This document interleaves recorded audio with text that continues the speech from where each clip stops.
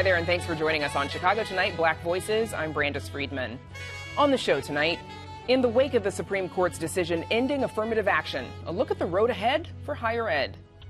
A new lawsuit alleges Chicago police are disproportionately targeting Black and Latino drivers for traffic stops. A 4-day festival returns to Washington Park to celebrate African and Caribbean culture. I was not planning to do any of this. I was just trying to teach myself photography. And an exhibition of portraits and personalities of gay Black men in Chicago during the 1980s. All that coming up, but our first story tonight, the impact on college admissions after the Supreme Court's ruling on affirmative action, right after this. Chicago Tonight, Black Voices, is made possible in part by Fifth Third Bank and by the support of these donors.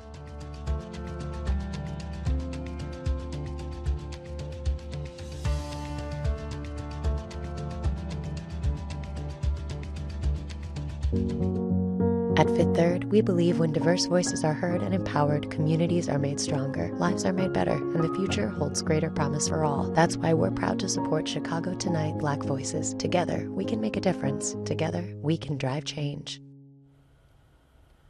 The U.S. Supreme Court strikes down affirmative action in college admissions, a policy that has withstood challenges reaching as far back as 1978.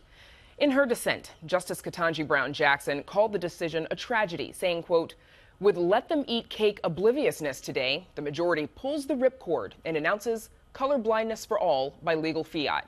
But deeming race irrelevant in law does not make it so in life." Now, higher education institutions wishing to achieve racially diverse student bodies have to find a new way forward. Joining us are Christian Perry, Director of Policy and Advocacy with the Partnership for College Completion, Nicholas Jones, Executive Vice President and Vice President for Academic Affairs with the University of Illinois System, and Paul Gowder, Professor of Law and Associate Dean of Research and Intellectual Life at Northwestern University.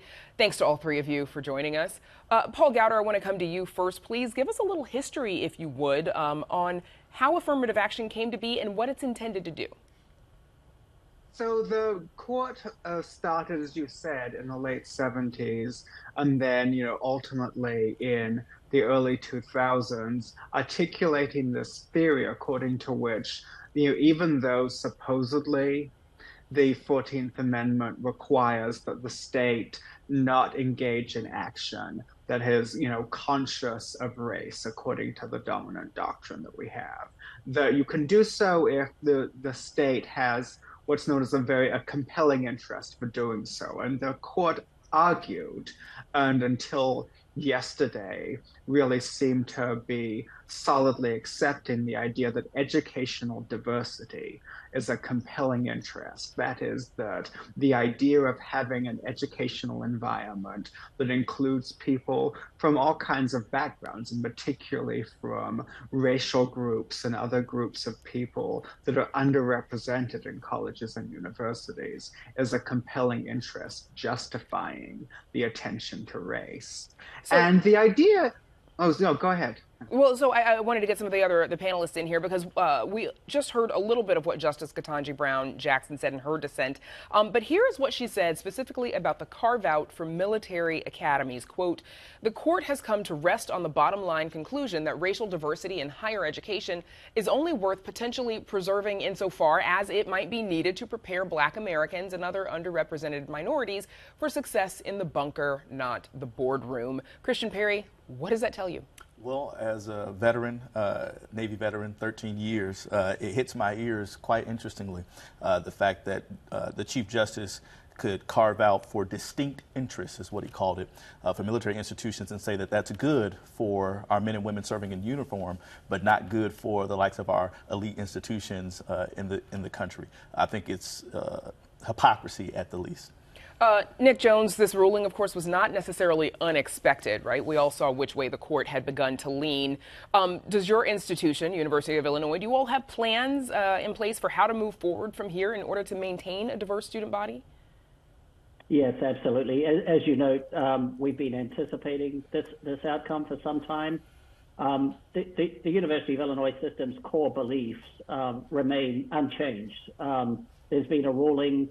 We're not crazy about the ruling. at all, but our mission is to serve the citizens of the state of Illinois, and that is all citizens of the state of Illinois, and we must just redouble our efforts to ensure that we are indeed doing that. It means that we will have to look at all of our practices and make sure that we follow the law, but that commitment is robust. Paul Gowder, you've said that it is important to consider what the ruling does not prevent schools from doing. What do you mean by that, and what does that mean? So all the case considered were specific admissions policies that the court claimed could make race and race alone determinative of people's chances of admission. The court specifically said that you can still think about race in individual cases if a student says, here's a story of how race interacts with some kind of other qualities that is okay for admissions use. So if somebody says, here's how I overcame racial discrimination, the court can, university can consider that, for example, as part of someone's character. A court decision also didn't rule out things like pipeline programs, trying to increase applicant pools from all kinds of backgrounds. Christian Perry, do you anticipate increased pressure on higher ed institutions to consider other sorts of preference, like legacy admissions, as a result of this decision? Yes, I believe in the advocate community, what we're concerned with is making sure that colleges, one, don't overreact to the professor's point, thinking that they have to now be overly legalistic in how they go about interpreting this ruling, but also that they are intentional about expanding their recruitment efforts to still affirm diversity in the classroom. We know that there will be some institutions that take this as an opportunity, and we hope that higher ed institutions as well as state legislators take the opportunity to lean in and fight back. Nick Jones, why is it important to have a racially diverse student body in institutions of higher ed? Well, I would say for two primary reasons. One is we want our student body to reflect the demographics of the state of Illinois. We are an instrumentality of the state, and we should have a student population that reflects that. Second, our students learn best, learn most effectively when they're in an environment where they are exposed to a broad diversity of viewpoints and perspectives. So from my perspective, having that diversity in the classroom is critical to our success. Paul Gowder, you've said before that diversity alone is not actually a very good reason for race-conscious admissions. Explain a little bit about that and what you believe are some of the better reasons for race-conscious admissions.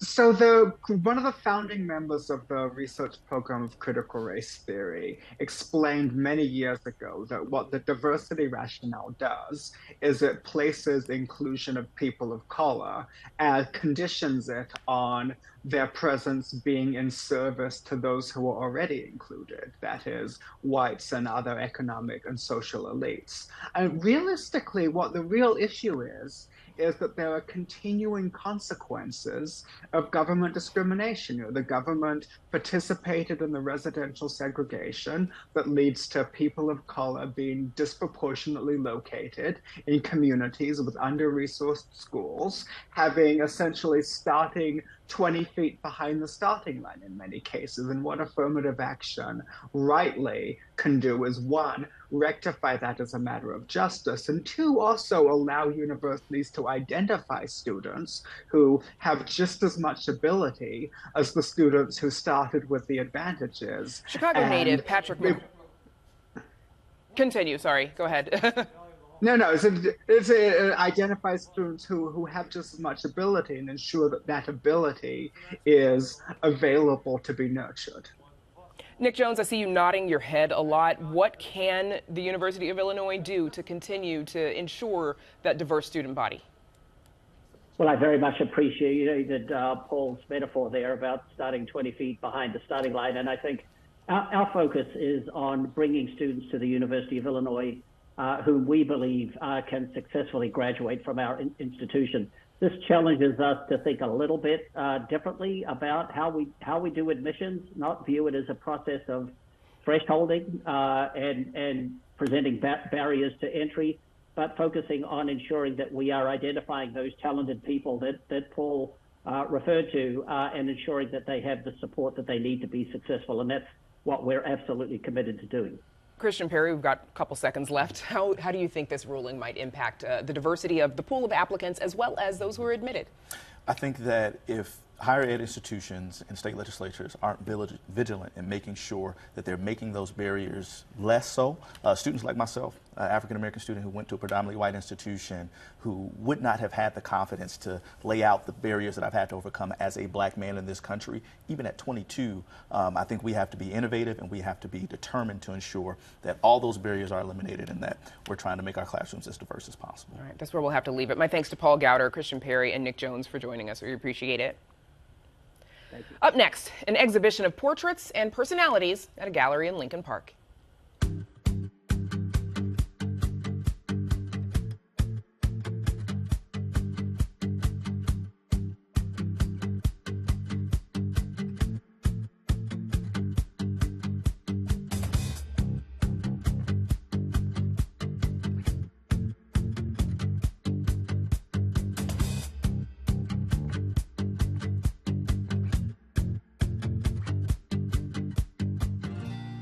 Chicago native Patrick McCoy worked as an environmental scientist for the EPA for decades.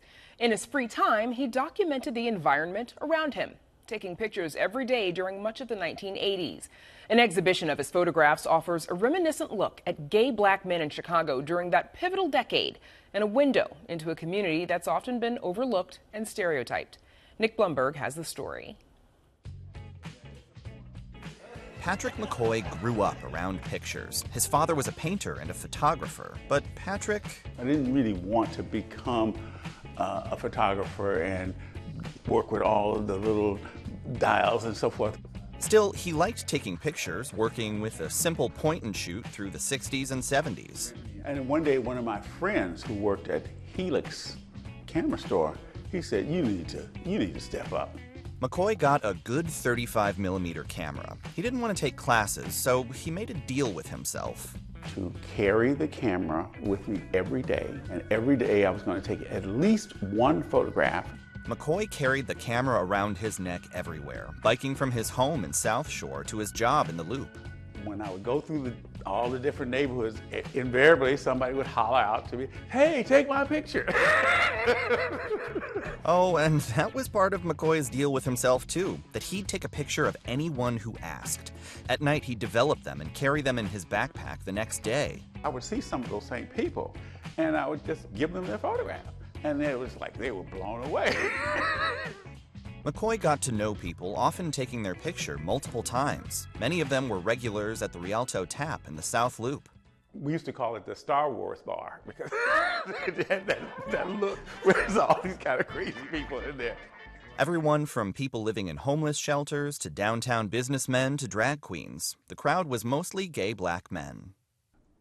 For the black people in the South Loop, it was kind of like Cheers.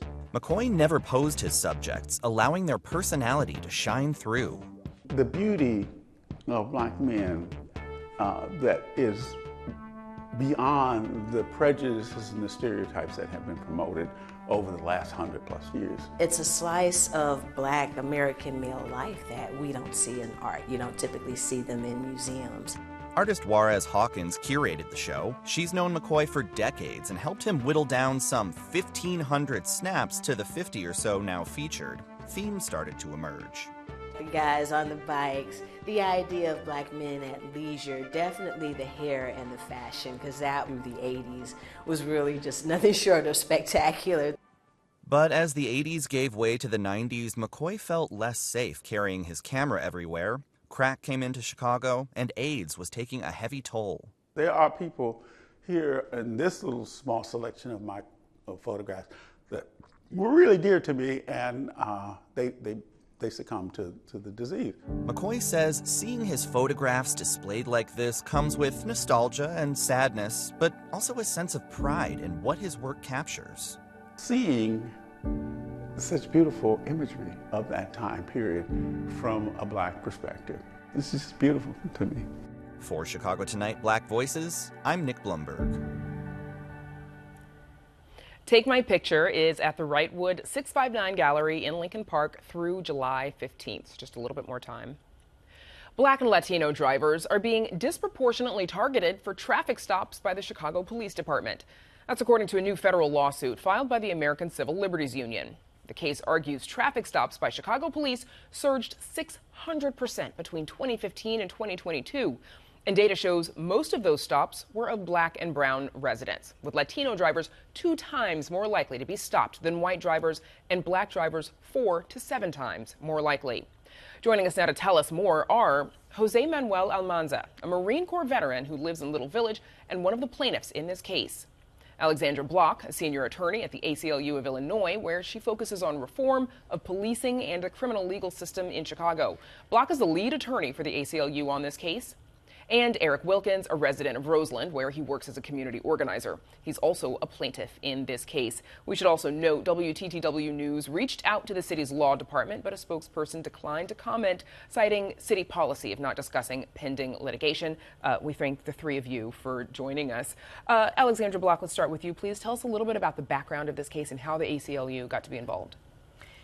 This case results from decades of the Chicago Police Department's disproportionately targeting black and Latino people for stops. First, it was pedestrian stops, and as you mentioned in the introduction, the reason the traffic stop lawsuit focuses on the period from 2016 to the present is because in 2015, the ACLU reached a settlement agreement with the Chicago Police Department that resulted in a significant decline in the number of pedestrian stop and frisks. But what we found is in the years since 2016, they simply replaced these pedestrian stop and frisk encounters with discriminatory traffic stops, and that in the last 6 years, the Chicago Police Department has done 2.6 million traffic stops.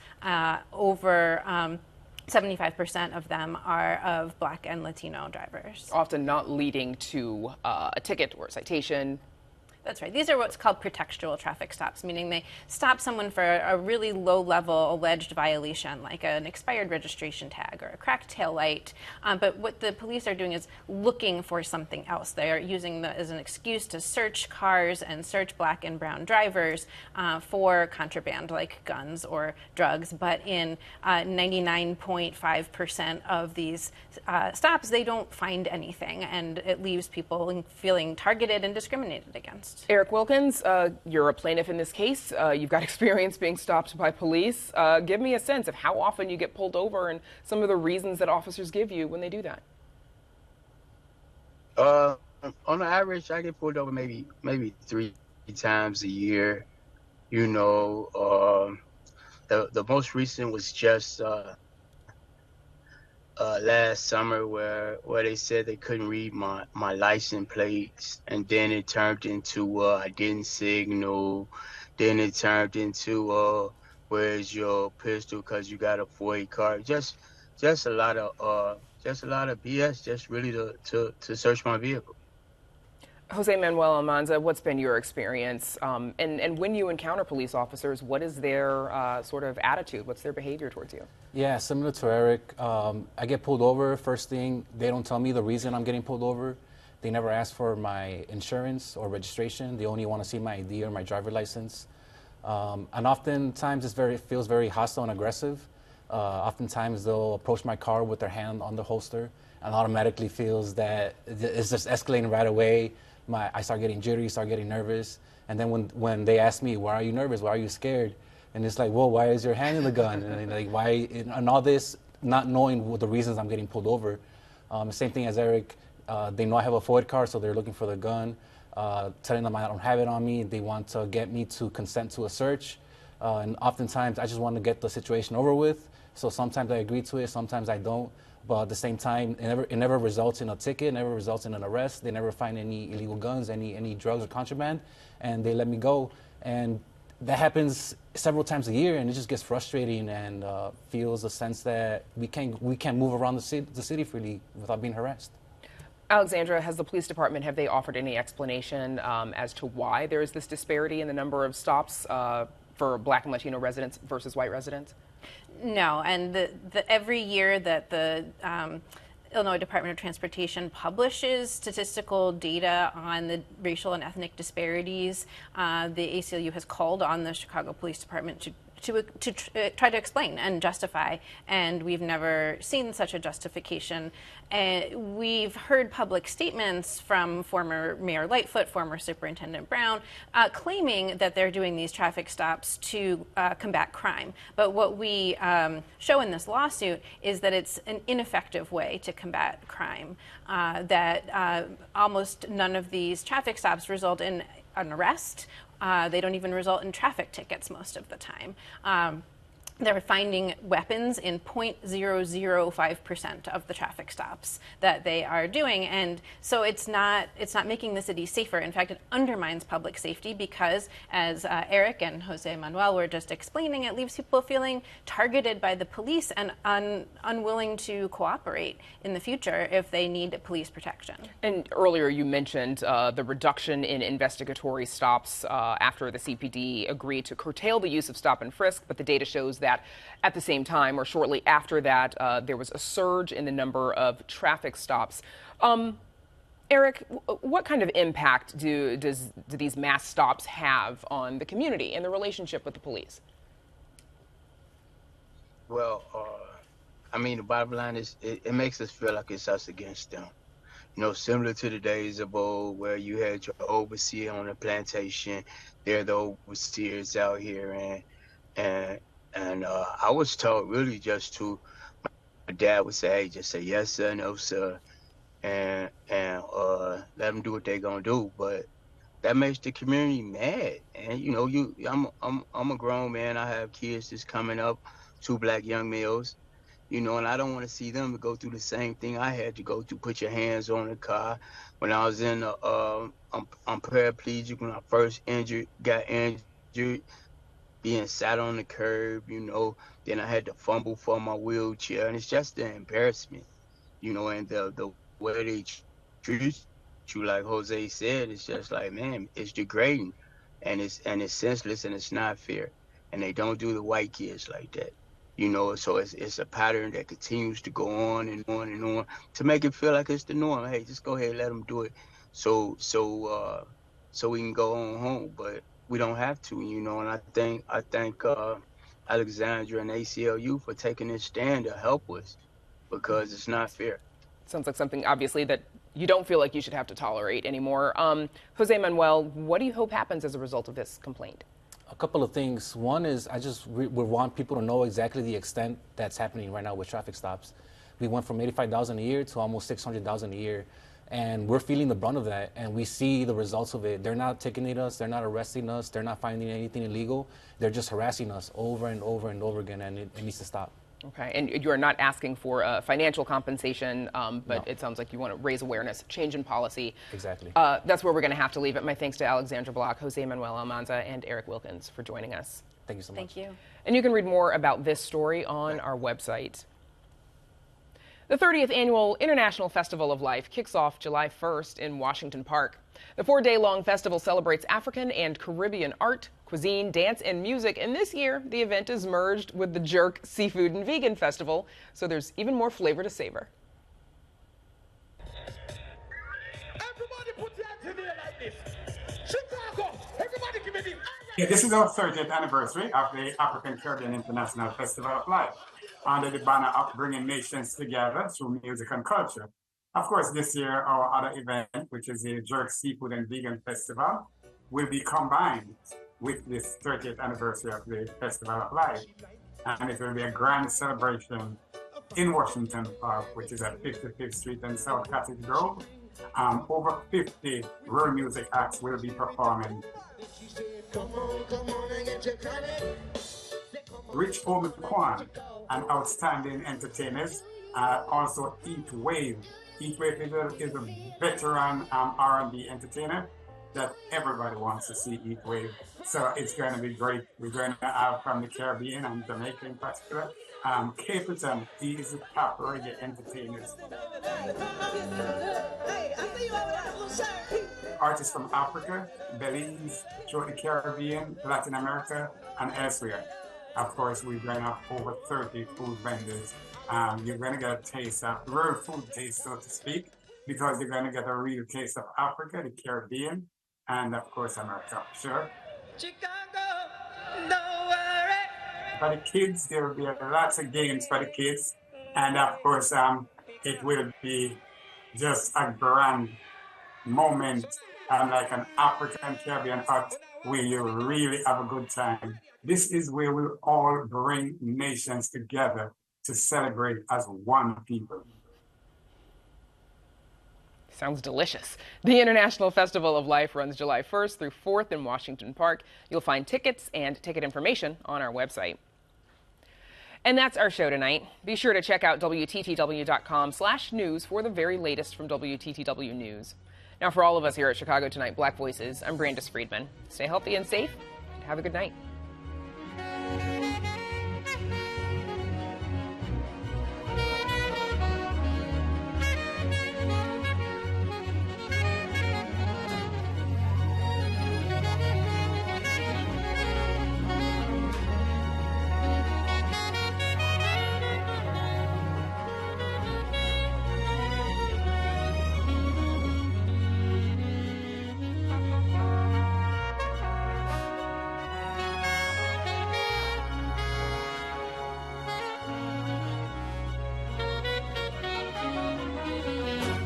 Closed captioning is made possible by Robert A. Clifford and Clifford Law Offices, a personal injury law firm pleased to give back to the community through numerous charitable initiatives.